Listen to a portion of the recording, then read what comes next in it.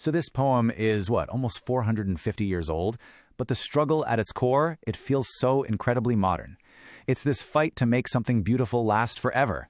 We're going to dive into Edmund Spenser's Sonnet 75, which is really a story about love, art, and a battle against time itself, all happening on a simple, sandy beach. Right from the start, Spenser just drops us straight into the action. I mean, you can almost feel the wet sand and hear the waves, can't you? He does this simple, romantic thing, writes his beloved's name, but boom, nature immediately steps in.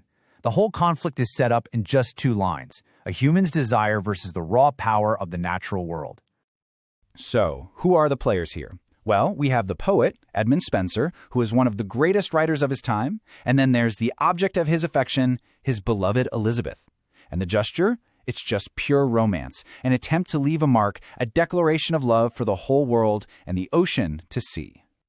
But you know what? He doesn't give up after that first wave. He's persistent. He believes in what he's doing, in his love, so he bends down and does it all over again.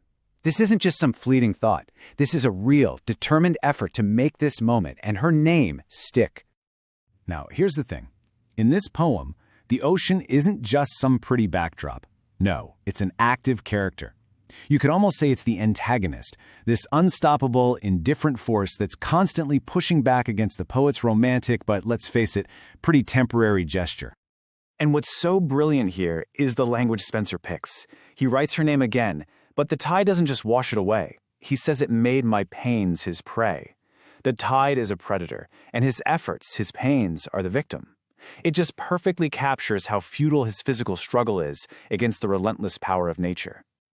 But just when you think this is a simple story of a man versus the sea, bam, a third voice enters the picture. It's his beloved Elizabeth. Turns out, she's been watching this whole thing unfold, and she has a very different and much more practical take on what's happening. She calls him a vain man, which is so clever because it has a double meaning. She's saying he's arrogant, but also that his effort is in vain, that it's completely useless. She gets right to the heart of the problem. He's trying to make something mortal, something that's bound to disappear, into something immortal. To her, it's just a foolish game. And that right there is the big question of the poem, isn't it? It's something we all wrestle with. Is she right? Are we all just wasting our time fighting against the inevitable decay of things? Or is there some kind of value in the attempt itself, even if we know we're probably going to fail? Okay, so this is the huge turning point in the sonnet. The poet hears his lover's criticism, which is, very logical and reasonable, and he just completely rejects it. He realizes his strategy is wrong, but his goal isn't. He's about to pivot to a brand new, radical solution. Not so.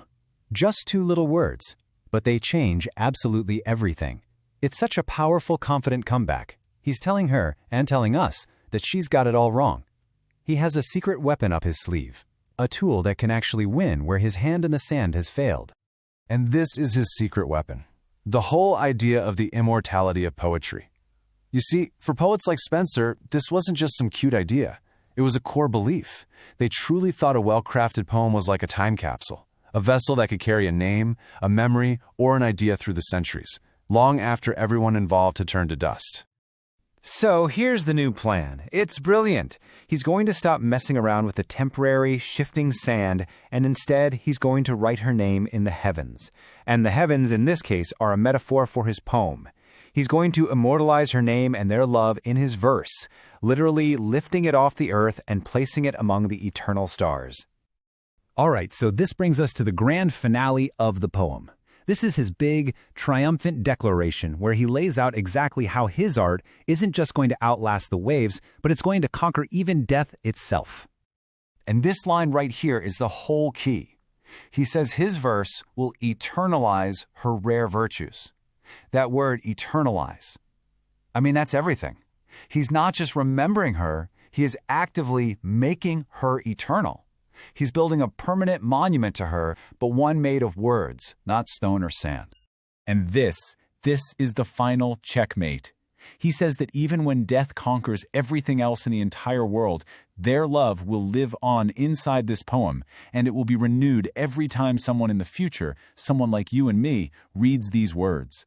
We are, at this very moment, actually fulfilling his promise. Which, of course, leaves us with a really fascinating question for our own time. Spenser used ink and paper to fight against being forgotten. Today, we use pixels and servers. So what does it really mean to be immortalized now? Is a saved Instagram story, a viral tweet, or a digital archive the modern version of Spenser's sonnet? What are we writing, and what kind of sand are we writing it on?